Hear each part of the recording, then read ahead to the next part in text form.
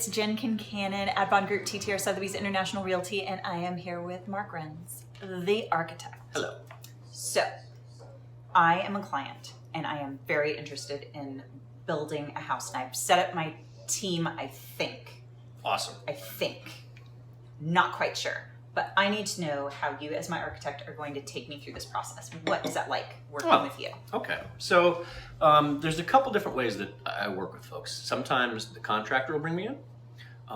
Sometimes a client will call me directly. So if I'm working with someone directly, one of the first things I talk about is, I go through with them what's their wish list.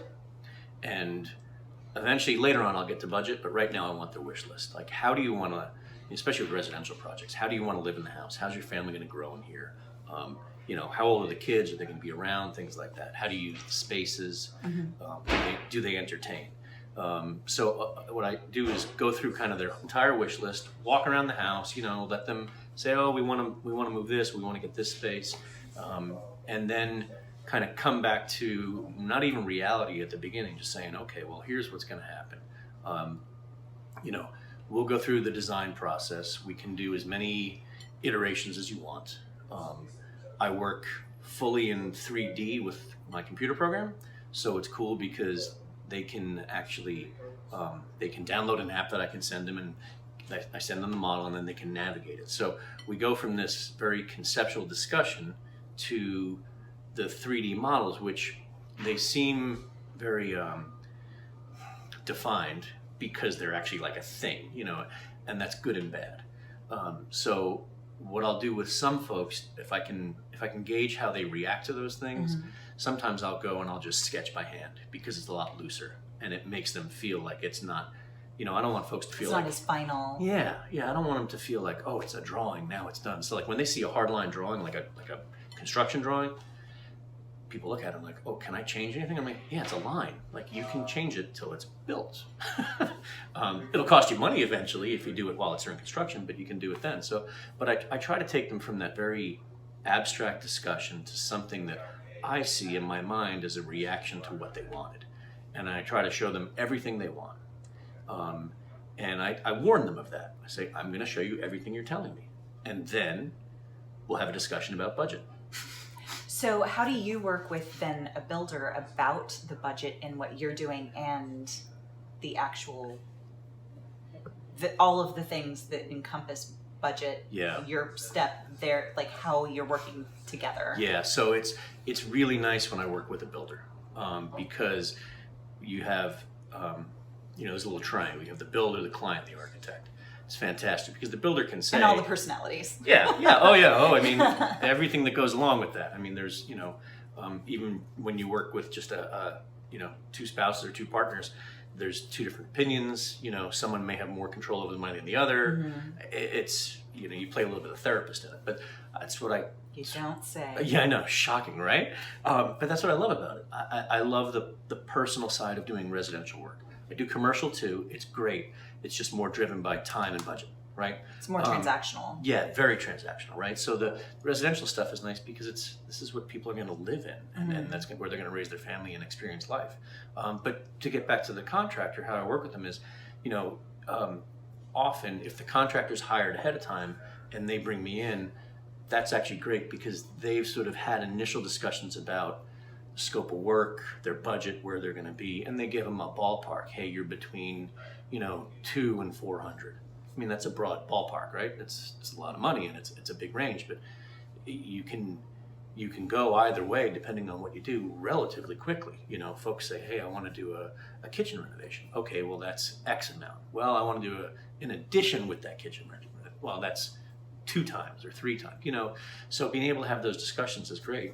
And the other thing that I do is, especially with contractors, is I'll have those discussions and say, okay, so this is what they want. Their wish list is this long.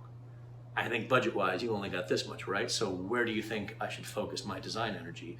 Where can you give them the most bang for their buck? Because they'll know, the contractors know much better than I, what the construction costs are. So for some things, they may say, hey, to do this little extra thing that they want to do, we're talking $5 or $10 grand. Go ahead and put it in.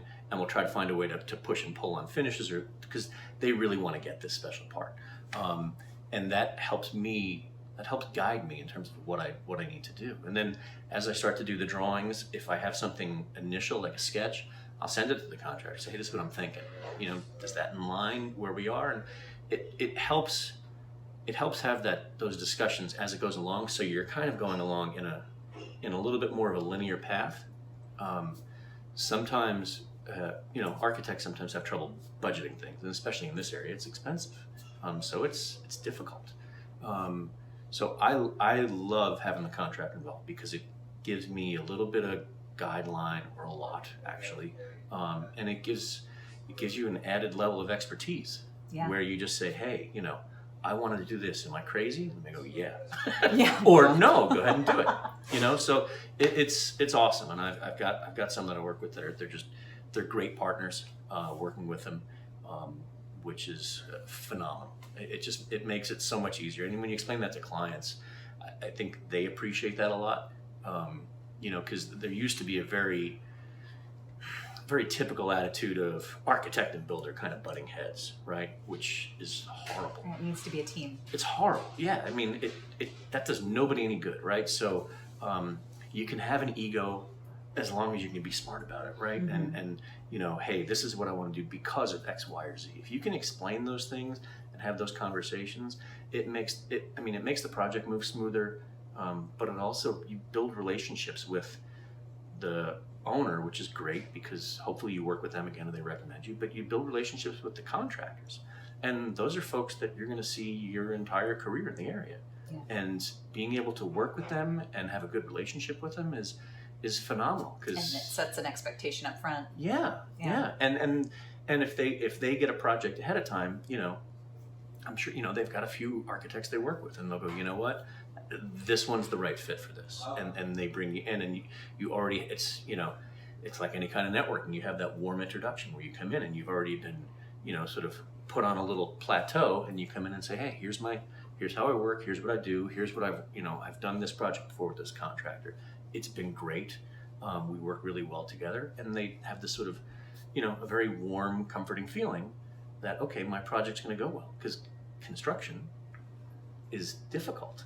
I mean, on a house with people living in it, With a house with people with it's you get very tense. So making that process go a lot smoother is a way to have a really successful project, happy clients, happy contractors, and just a real good team moving forward. I love that. Yeah. Thank you for explaining process and how to keep people happy and moving forward. That's the best way to do it. Got it.